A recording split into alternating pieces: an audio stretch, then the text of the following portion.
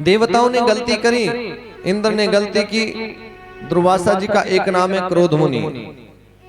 उन्होंने देखा, ऐ इंद्र, आपको इतना अभिमान कि मेरे द्वारा प्रदान किए गए आशीर्वाद का आपने तिरस्कार किया। जाओ, मैं तुम्हें श्राप देता हूं कि तीनों लोग श्रीहीन हो जाएं, वैभवता से हीन हो जाएं। लक्ष्मी चली गई स्वर्गलोक से। देखते ही देखते सारे सुख क्षीण होने लग पड़े। स्वर्गलोक श्री विहीन हो गया, वैभवता से विहीन हो गया। दैत्यों के राजा का नाम था राजा बलि। उनको पता चला, इस कथा में एक बात, एक शिक्षा क्या मिल रही है, जिस जीव के जीवन में उसके मस्तक से गुरु का वरद हस्त हट जाता है, उसको इस संसार में कोई नहीं बचा सकता है। भगवान भी उस पर कृपा नहीं करते हैं। आज दुर्वासा जी के शाप से तीनों लोग श्रीहीन हो गए। दैत्यों के राजा राजा बलि ने तीनों लोगों को अपने अधीन कर लिया। जब ये सब बातें घटी तो सब देवता परेशान हो गए। तो सभी ने सोचा किसके पास जाएं इस समस्या को लेकर के, तो ब्रह्मा जी के पास गए। सच्चिदानंद भगवान की दुखों की चोट खाई ना होती तो प्रभु तेरी याद आई ना होती। दुख आता है तो भगवान याद आ जाते हैं। भगवान ऐसा क्यों किया, हमने क्या बिगाड़ा था आपका। लेकिन अपनी गलती को देखना पड़ता है, अपनी गलती को समझना होता है, कहां गलती हुई, क्यों ऐसा हुआ। देवता ब्रह्मा जी के पास गए। ब्रह्मा जी ने कहा, ये तो बड़ी विकट समस्या है, भगवान नारायण के पास चलते हैं। भगवान विष्णु के पास गए। भगवान विष्णु ने कहा, अरे देवताओं कैसे आना हुआ। देवताओं ने भगवान की खूब सारी स्तुतियां की, बहुत सारी प्रार्थना की। प्रभु जीवन में बड़ा संकट आ गया है। भगवान ने कहा, संकट तुम्हारे जीवन में नहीं मेरे जीवन में आया, तुम्हारे कारण मेरी लक्ष्मी गायब हो गई है। हा? तो लक्ष्मी जी कहां से प्रकट हुई थी पुनः, जब समुद्र मंथन हुआ था। तुमने उल्टा किया, परेशानी मुझे हो रही है। सच्चिदानंद भगवान की। इंद्र कार्य आपका भी अच्छा नहीं है। पूजनीय लोगों का अपमान करोगे तो कैसे आपका हित होगा, कैसे अच्छा होगा। इसलिए अपनी गलती को सुधारो। जाओ, राजा बलि से संधि का प्रस्ताव कर रखो। उनसे कहना समुद्र मंथन करेंगे, समुद्र मंथन से अमृत की प्राप्ति होगी। देवता दैत्य अमृत का पान कर लेंगे, अमर हो जाएंगे, मृत्यु का भय नष्ट हो जाएगा।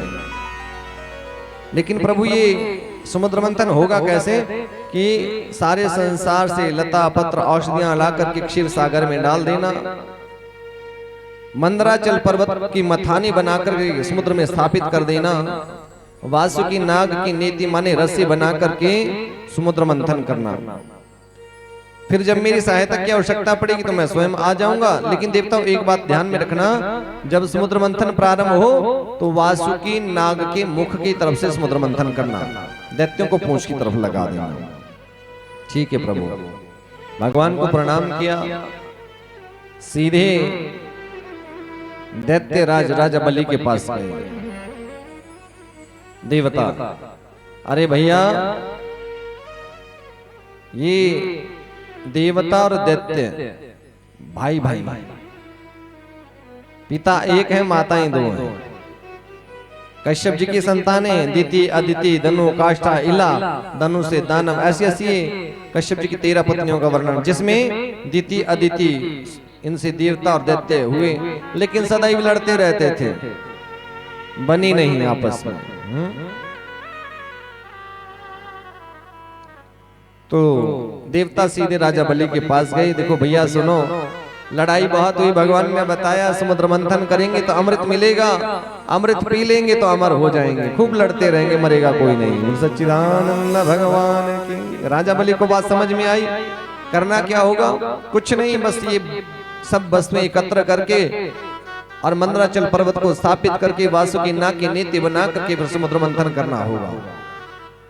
फिर क्या करें, सारे संसार से मिलकर के वनस्पतियां औषधियां एकत्र की क्षीर सागर में डाल दी। मथानी लाने के लिए, मंदराचल पर्वत को उठाने के लिए सब देवताओं ने जोर लगाया, सब विफल हो गए। मंदराचल पर्वत को कोई हिला नहीं पाया। भगवान की सवारी गरुड़ जी ने भगवान का ध्यान किया। अहम नहीं था मन में, समर्पण भाव से, प्रभु मैं नहीं आपने उठाना। भगवान ने कहा मुझे आपकी सहायता करनी तो कोई बात नहीं। जैसे ही भगवान का ध्यान किया, गरुड़ ने मंदराचल पर्वत को एक फूल की तरह उठाया, ले जाकर के क्षीर सागर में स्थापित कर दिया। क्षीर सागर में मंदराचल पर्वत को रखा, डूबने लगा। देवता घबरा गए, तो भगवान से प्रार्थना करते, प्रभु कृपा कीजिए ना, बचाइए ना, ये अगर मंदराचल पर्वत डूब गया तो ये समुद्र मंथन कैसे होगा। उस समय भगवान ने एक अवतार धारण किया। कौन सा अवतार? कच्छप अवतार। बोले सच्चिदानंद भगवान की। मंदराचल पर्वत को अपनी पीठ पर धारण कर लिया। वासुकी नाग की नीति बना करके देवता लग गए मुख की तरफ, दैत्य लग जाते हैं पूंछ की तरफ। बड़े जोरों शोरों के साथ समुद्र मंथन प्रारंभ हुआ। बड़े हर्ष और उल्लास के साथ देवता परिश्रम कर रहे हैं, दैत्य भी परिश्रम कर। एकाएक दैत्य ने मंथन करना बंद कर दिया। अरे भैया हम नहीं मंथन करेंगे, आप हमारे साथ छल करते हो। कि क्या छल हो गया? कि सदैव छल किया है आपने हमारे साथ, अब कौन सा छल हो गया? कि बड़ा बड़ा काम तो खुद कर रहे हो, छोटा छोटा काम हमें दे दिया। कि बड़ा कौन सा? खुद तो वासुकी नाग के मुख की तरफ लग गए और हमें पूंछ की तरफ लगा दिया। बोले सच्चिदानंद भगवान की। भगवान यही तो चाहते थे कि जब वासुकी नाग को रगड़ लगेगी, इसके मुख से जो विष निकलेगा उससे कुछ के प्राण जाएंगे। देवताओं के प्राण तो नहीं जाने चाहिए, पर ये दैत्य कोई बात नहीं है। देवताओं ने हाथ जोड़ लिए, भैया तुम बड़े हम छोटे, आप लग जाइए मुख की तरफ, हम लग जाते हैं पूंछ की तरफ। बड़े जोरों शोरों के साथ समुद्र मंथन प्रारंभ हुआ। आज इतना परिश्रम कर रहे हैं कि अभी अभी हमें फल मिलेगा, लेकिन सबसे पहला रत्न प्रकट होने जा रहा था। वो कौन सा रत्न था? हलाहल कालकूट विष। ऐसा विष जिस स्थान पर रखो वो स्थान भी जल जाए। घबरा गए देवता, दैत्य। कहां तो अमृत की परिकल्पना की थी, कहां से ये हलाहल कालकूट विष निकल आया? क्या करें, कहां जाएं? अब कथा की विलक्षणता को समझना, शास्त्र हम आपको समझाना चाहता है। जैसे देवताओं ने समुद्र का मंथन किया, ऐसा ही मनुष्य को अपने हृदय रूपी सागर गागर का मंथन करना चाहिए। इसके अंदर भी एक कालकूट विष है। ऐसा विष है मन में प्रकट हो जाए तो न जाने कहां किस चीज को भस्म कर दे। ये मन के अंदर का जो बैर भाव है ना, जिस जीव के जीवन में मन के अंदर बैर है, किसी से बैरी बन गए हैं, अगर बैरी हो गए हो तो समझ लेना कालकूट विष लेकर के बैठे हो। किसी का बुरा सोच रहे हो तो कालकूट विष आपके जीवन में है। किसी का अहित कर रहे हो तो वो कालकूट विष ही है। उसको निकालना है, मंथन करना है। वो बाहर निकलेगा तो जाकर के इस हृदय रूपी गागर से बहुत सारे रत्न प्रकट होंगे और अंत में अमृत रूपी साक्षात प्रभु का प्राकट्य होगा। इसके लिए प्रयास करना होगा, भक्ति की मार्ग को पुष्ट करना होगा, नित्य भक्ति के पथ पर आगे बढ़ना होगा, प्रयास करना होगा। जो प्रयास करेगा वो अवश्य ही अपने विकारों को जीत लेगा, भक्ति के मार्ग को पुष्ट कर देगा। सामने ध्यान रखिए, सामने देखिए। बोले सच्चिदानंद भगवान की। आप लोग इन सामने ध्यान रखना, बिल्कुल सामने देखिए, तब जाकर के हृदय के अंदर के विकार नष्ट हो पाएंगे और ये जीवात्मा ईश्वर अंश जीव अविनाशी अपने असली स्वरूप को पहचान पाएंगे और उस तत्व में ये चित्त लग पाएगा। आज देवताओं ने परिश्रम किया, दैत्यों ने परिश्रम किया, तो पहला वो कालकूट विष निकला समुद्र के मध्य से। चिंता होगी कहां रखें, क्या करें, स्थान पर रखेंगे किसी तो वो भी जल जाए। ध्यान आ गया किसका? देवों के देव महादेव। शंकर भगवान की। शंकर भगवान का ध्यान किया।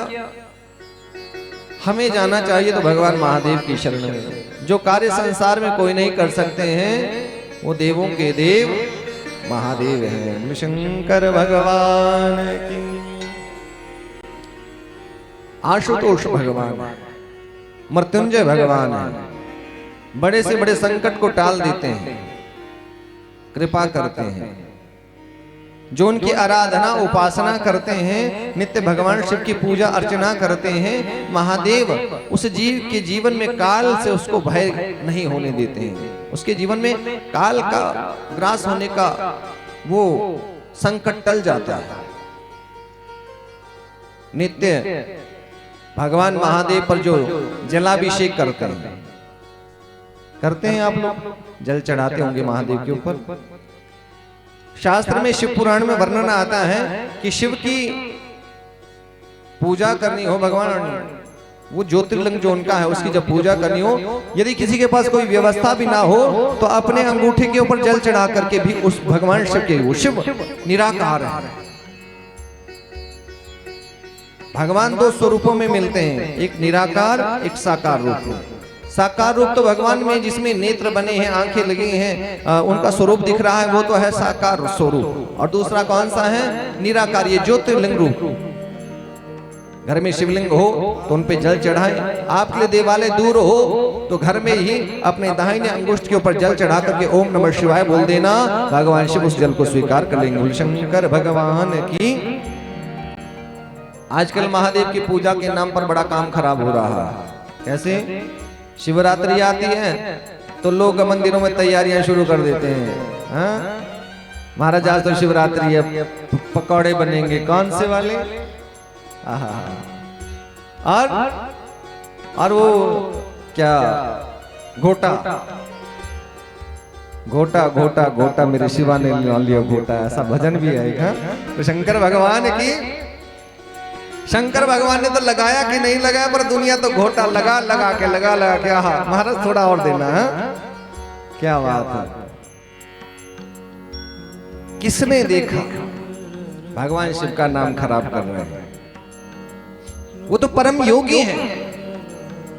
उनके जीवन में क्या विकारों के लिए स्थान है? नाम भगवान का और लोग बैठे हैं, संगत जुड़ी है, इधर से चिलम घूम रही है तो उधर जा रही है। जो अनुचित है, आने वाली पीढ़ियां खराब हो रही है। जय बम बोले, बम बम बम, बस वैसे करते रहते हैं। काम खराब। होंठ देखो तो ऐसे लगता है जैसे सूज गए, किसने डंडे मारे होंठ पे, काले काले होंठ हो जाते हैं। भगवान शिव का नाम लेकर के नशा, जो समाज में नशा को प्रचार और प्रसार कर रहा है, वो कभी कार्य उचित हो नहीं सकता। कोई देवता इसकी अनुमति दे नहीं सकता। ये बात समझ लेना, ये सब मन गढ़ंत कार्य हैं जो लोग अपनी इच्छाओं के लिए, अपने आनंद के लिए करते हैं, बाकी कोई कारण नहीं है। बोले शंकर भगवान की। तो अब ध्यान देना, जो लोग मंदिर वाले हैं, जहां जहां मंदिर हो, कोशिश करना कि मंदिर में गलती से घोटा बनता हो, पकौड़े बनते हो तो बंद कर देना। बोले शंकर भगवान की। जो अनुचित कार्य, अरे सत्संग कर रहे हो, उसके बाद आप बच्चे को भी कहते ले बेटा थोड़ा सा पीले, प्रसाद है। क्या कहा? थोड़ा सा पीले। प्रसाद मिल गया तो बाकी तो खुद से कर लेगा, बाद की बात तो छोड़ दीजिए। ये संस्कार है, जैसा दोगे वो ग्रहण हो जाएगा। बच्चों के जीवन में वो चीजें धीरे धीरे उतरती रहेगी। हमने तो माता पिता ने बताया था थोड़ा पी लेना, बाद में ज्यादा भी पी लेगा। जब थोड़ा पी लिया तो बाद में क्या रह जाता है? भगवान शंकर ने तो कालकूट विष पिया, तो मनुष्य भी पिए जरा। थोड़ा सा जहर की बोतल लेना एक बाजार से, और शिवरात्रि के दिन बोलना बम बम बोलना, थोड़ा सा 2-4 घूंट पी लेना। सुबह पूछेंगे कैसे हाल है। शंकर भगवान की।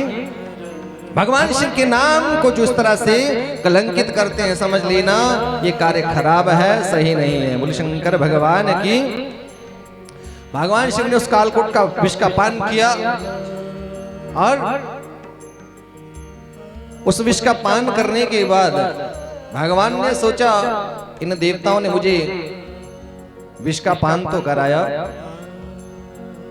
इनके मन में मेरे प्रति क्या भाव है, क्या कारण है, देखना चाहिए, परीक्षा करनी चाहिए।